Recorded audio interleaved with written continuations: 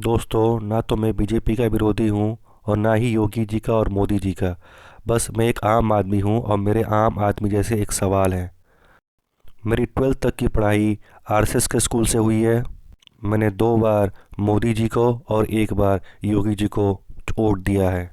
हम लोग बहुत ही खुशनसीब हैं कि योगी जी जैसे हम लोगों के मुख्यमंत्री मिले हैं और मोदी जी जैसे प्रधानमंत्री मिले हैं। पर सारे सांसद ना तो मोदी जी के जैसे हैं और सारे विधायक ना तो योगी जी के जैसे हैं। भारत की आज यह स्थिति है कि बैंकों का बहुत बुरा हाल है। बैंक में बढ़ते एनपीए को देखते हुए बैंकों को प्राइवेट किया जा रहा है।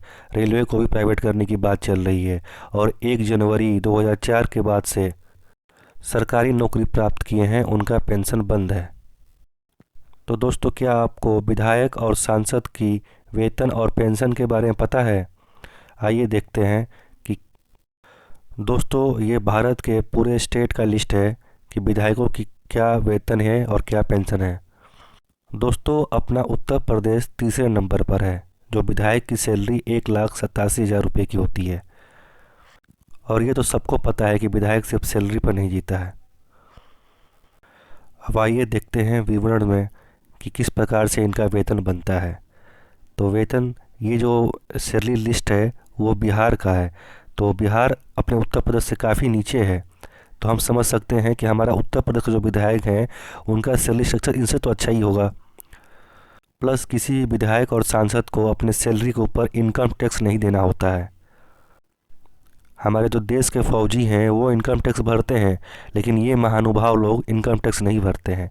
मुफ्त की बिजली मिलती है, मेडिकल सुविधाएं मुफ्त होता है, बाकी और पता नहीं मुफ्त के नाम पर क्या क्या मिलता है, आप लोग सब समझते होंगे। जियो आने के बाद से आप 550-600 रुपये महीने में अनलिमिटेड डाटा और अनलिमिटेड कॉलिंग पा सकते हैं।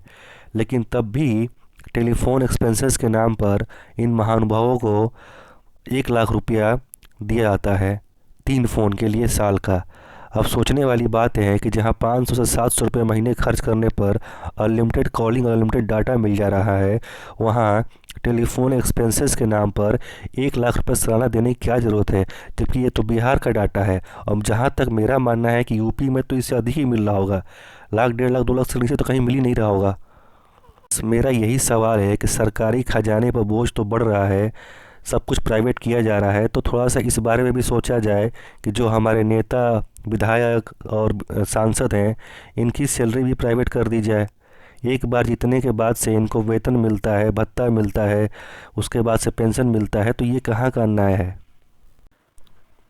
सांसदों का पहले पुराना वेतन था 16,000 रुपये, जो कि नया 50,000 कर दिया गया है। दैनिक भत्ता था 1,000 रुपये, जो कि 2,000 रुपया हो गया है। दफ्तर खर्च थे 20,000, जो कि 40,000 हो गया है।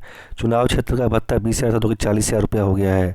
अग्रिम रकम मतलब एडवांस में वो चाहे तो 1 लाख रुपये तक ले सकते थे, लेकिन अब ये 4 लाख तक की अमाउंट हो गई है। एडवांस में कोई सांसद 4 लाख रुपये तक सैलरी से उठा सकता है, उस पर कोई इंटरेस्ट, कोई ब्याज नहीं होता है, वो धीरे धीरे सैलरी से ही अपने कटता रहता है। हमारे मोदी जी बहुत सही कर रहे हैं, बैंक को प्राइवेट कर देना चाहिए, क्योंकि बैंक की वजह से सरकारी खजाने पर खर्च बढ़ रहा है।